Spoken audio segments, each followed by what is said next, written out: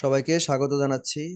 আমাদের আজকের আলোচনার বিষয় মরিচের ক্ষতিকর পোকামাকড় দমন।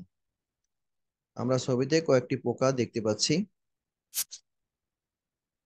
প্রথমে কোন কোন পোকা মরিচের ক্ষতি করে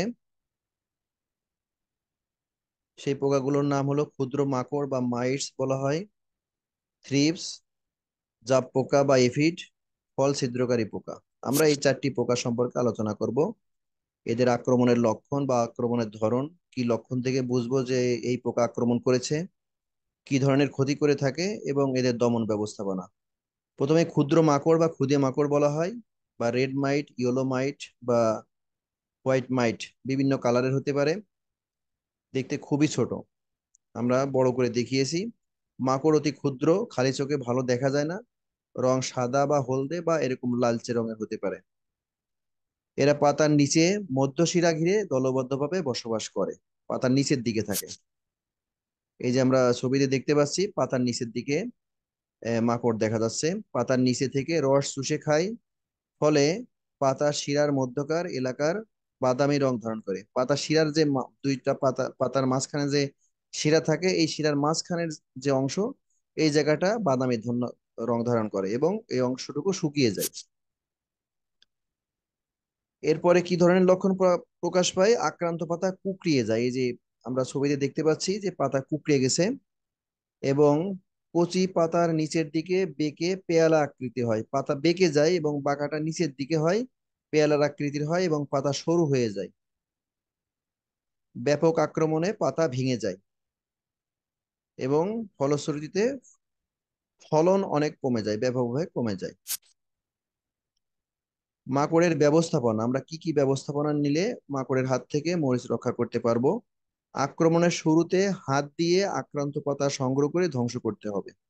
যদি আমরা অল্প আক্রমণ দেখে থাকি তাহলে হাত দিয়ে ওই মাকড়ের সহ পাতাগুলো তুলে ফেলবো। প্রতি লিটার পানিতে নিম তেল 5 মিলিলিটার এবং 5 মিলিলিটার ট্রিক্স মিশিয়ে পাতার নিচের দিকে স্প্রে করতে হবে। নিম তেল এবং ট্রিক্স ট্রিক্স হলো এক ধরনের যে ডিটারজেন্ট লিকুইড পাওয়া যায় বাজারে, এটা।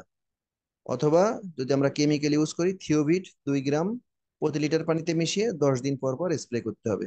আক্রমণ চলে গেলে আর স্প্রে করার দরকার হবে না। এরপরে হলো থ্রিপস।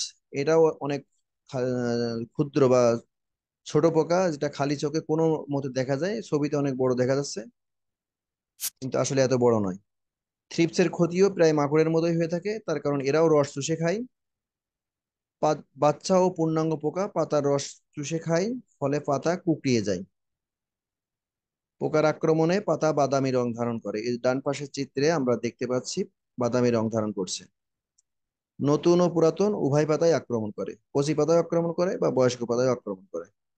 এই পোকা ভাইরাস রোগ ছড়ায়। এটা আরো একটা ক্ষতি করে থাকে, যে ভাইরাস জাতীয় যে রোগ আছে, যেমন আমরা এর আগের ভিডিওতে আলোচনা করেছি মরিচের পাতা কুকড়ানো রোগ বা লিফ কার্ল, আর একটা হলো ইয়েলো মোজাইক। এই দুইটা রোগ এই থ্রিপস পোকা ছড়িয়ে থাকে, এক গাছ থেকে আরেক গাছে ছড়িয়ে থাকে। থ্রিপস দমনের জন্য সাদা রঙের আঠালো ফাঁদ আমরা এটা ব্যবহার করতে পারি জমিতে, এটা বাজারে পাওয়া যায়। সে ফাঁদে পড়ে পোকা মারা যায়। এরপরে আছে মাকড়সা। এই পোকা খায়, বিধায় এর সংখ্যা বাড়ানো গেলে সহজেই থ্রিপস দমন করা যায়। আমরা মরিচের জমিতে যদি মাকড়সা ছেড়ে দিতে পারি, তাহলে মাকড়সায় কিন্তু এই পোকা খেয়ে সংখ্যা কমিয়ে দেবে। ম্যালাথিয়ন 50 ইসি 1 থেকে 2 মিলিলিটার প্রতি লিটার পানিতে মিশিয়ে স্প্রে করতে হবে। ম্যালাথিয়ন একটা কীটনাশক। এটা গাছের যেখানেই প্রয়োগ করা হোক না কেন, রস চুষে খেলে রসের সাথেই বিষটা মিশে থাকে এবং পোকা মারা যায়। এরপরে আছে জাপ পোকা, এটাকে ইংলিশে বলা হয় এফিড। এরা খালি চোখে দেখা যায়, সাদাটে এরকম ধূসর রঙের হয়ে থাকে, ইলো কালার হতে পারে অথবা কালো বর্ণের হয়। এরা কিন্তু দলবদ্ধভাবে বাস করে এবং ঝাঁকে ঝাঁকে পাতাকে একেবারে রস চুষে গাছের অনেক ক্ষতি করে থাকে। আহ ক্ষতির ধরন আমরা দেখতে পাচ্ছি, অসংখ্য পোকা পাতাতে আক্রমণ করেছে। পূর্ণবয়স্ক পোকা এবং নিম পাতা, ফুল, কচি ফল ও ডগার রস চুষে খায়। নিম হলো বাচ্চা পোকা। বাচ্চা পোকাকে এফিডের বাচ্চা পোকা বা জাপ পোকার বাচ্চা পোকাকে নিম বলে। বাচ্চা পোকা এবং বয়স্ক পোকা দুই ধরনের পোকাই পাতার রস চুষে খায়, ডগার রস চুষে খায়, ফল এবং ফুলের রস চুষে খায়। ফলে পাতা কুঁকড়ে যায়, গাছের বৃদ্ধি, ফুল ফল ধারণ বাধাগ্রস্ত হয়। এ পোকা থেকে নিঃসৃত মধুর রসে কালো শুঁটি বা ছত্রাক জন্মায় এবং পিঁপড়ার আক্রমণ ঘটে।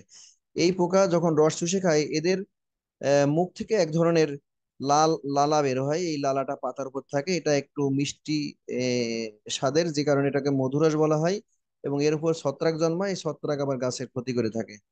আর এই মধুরস খাওয়ার জন্য পিঁপড়ার আগমন ঘটে, এবং পিঁপড়া কিন্তু এই পোকাকে, জাপ পোকাকে বহন করে নিয়ে আসে পিঁপড়ার পিঠের উপর করে। এই পোকা এক গাছ থেকে আরেক গাছে যায়, এই জন্য পিঁপড়া দমন করতে হবে। এই পোকা ভাইরাস রোগ ছড়ায়। এই আগে বলেছি যে থ্রিপস এবং এই জাপ পোকা আহ, মরিচের লিফ কার্ল এবং মোজাইক রোগ, এই দুইটা রোগই ছড়ায়। ফলে পোকা তো একভাবে গাছের ক্ষতি করেই থাকে, সেই সাথে সাথে আবার রোগের বিস্তার ঘটিয়েও ক্ষতি করে থাকে। এই পোকা দমনের ব্যবস্থা হলো, প্রথমত পিঁপড়া দমন করতে হবে। আক্রমণের প্রাথমিক অবস্থায় হাত দিয়ে পিষে মেরে ফেলা। যদি গাছে অল্প কিছু পোকা দেখা যায়, আমরা হাত পোকা সহ পাতা তুলে বা হাত দিয়ে পিষে মেরে ফেলতে পারি। গাছের আক্রান্ত অংশ অপসারণ করা। আমরা আর একটা কাজ করতে পারি, আমাদের যে টুথ ব্রাশ আছে অব্যবহৃত, যেটা আমরা ফেলে দেই, ওই ব্রাশ দিয়ে পাতার উপর ঘষা দিলেও কিন্তু আহ এই পোকা অনেক গাছ থেকে পড়ে মারা যাবে। তার কারণ হলো এটা অসংখ্য পোকা এক জায়গায় বাস করে দলবদ্ধভাবে।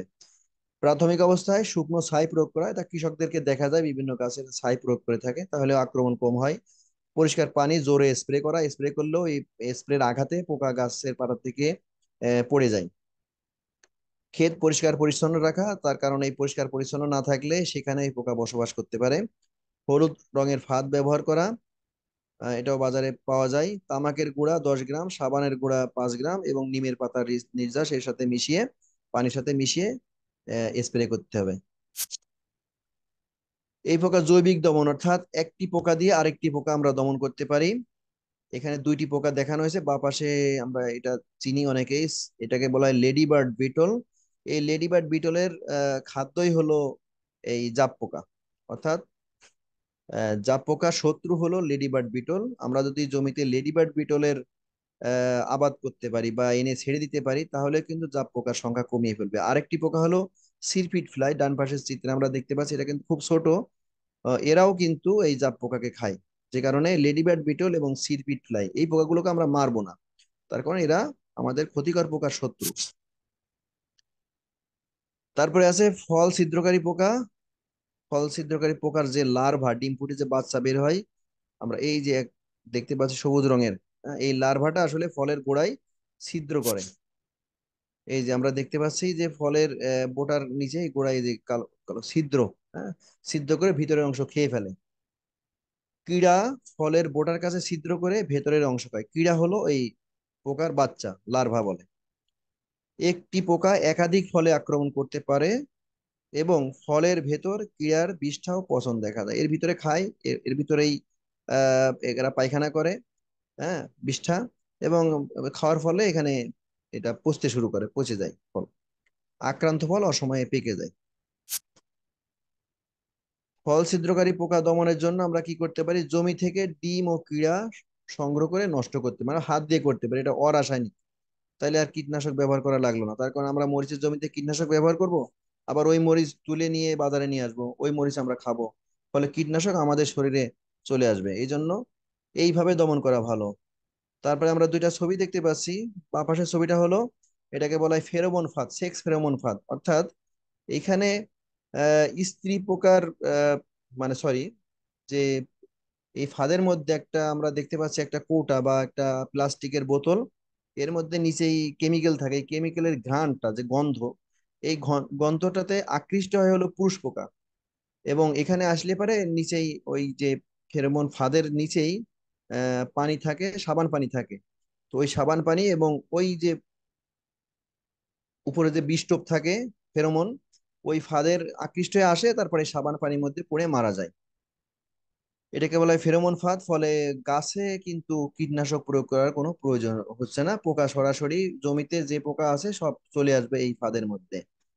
ফাঁদ পেতে মারা, প্রতি বিঘায় 15টি হারে সেক্স ফেরোমন ফাঁদ ব্যবহার করে পুরুষ পোকা মদ মেরে ফেলা যায়। পুরুষ পোকা যদি মারা যায়, তাহলে স্ত্রী পোকা যে ডিম পাড়বে সেই ডিম থেকে কোনো বাচ্চা হবে না, ফলে এই পোকার সংখ্যা অনেক কমে যাবে।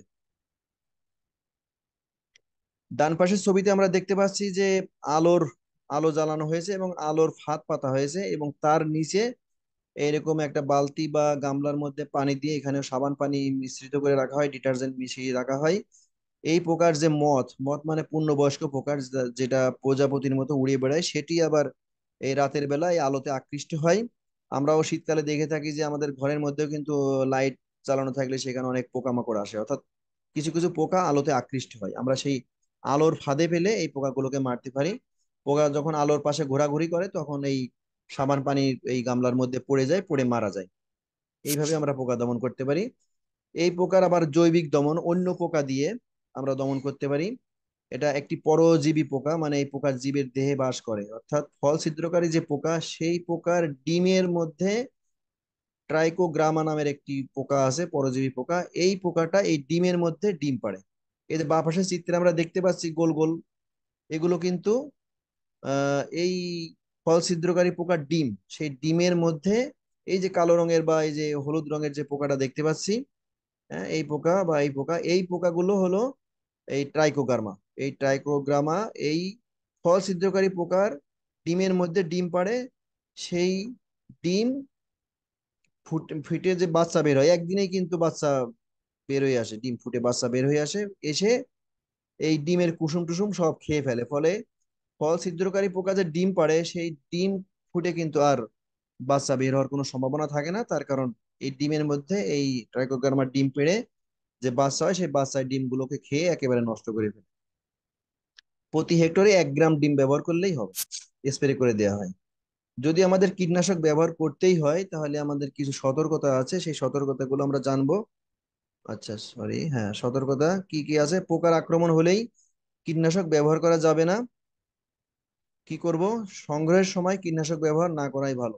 আমরা কীটনাশক ব্যবহার না করে ওই যে জৈবিক দমন বা হাত দিয়ে পোকা তুলে ফেলা, ফেরোমন ফাঁদ ব্যবহার করা, এই সকল উপায়ে যদি আমরা পোকা দমন করি তাহলে কিন্তু কীটনাশক ব্যবহার করা প্রয়োজন পড়ে না। আর যদি ব্যবহার করতেই হয় তাহলে আক্রমণ বেশি হলে তো ব্যবহার না করে উপায় থাকে না, তখন 5 থেকে 7 দিন ফসল সংগ্রহ বন্ধ রাখতে হবে। অর্থাৎ যেদিন কীটনাশক ব্যবহার করব তার আগেই আমরা যে মরিচগুলো তোলার মতো হয়েছে সেইগুলো তুলে ফেলবো, এবং কীটনাশক ব্যবহার করার পর 5 থেকে 7 দিন আমরা আর কোনো মরিচ সংগ্রহ করব না। 7 দিন পরে যে আমরা সংগ্রহ করব তাহলে আর কোনো আহ কীটনাশকের ক্ষতিকর ক্রিয়া থাকবে না। তো এই ছিল আমাদের আজকের আলোচনার বিষয়। মনোযোগ দিয়ে শোনার জন্য সবাইকে ধন্যবাদ। আল্লাহ হাফেজ।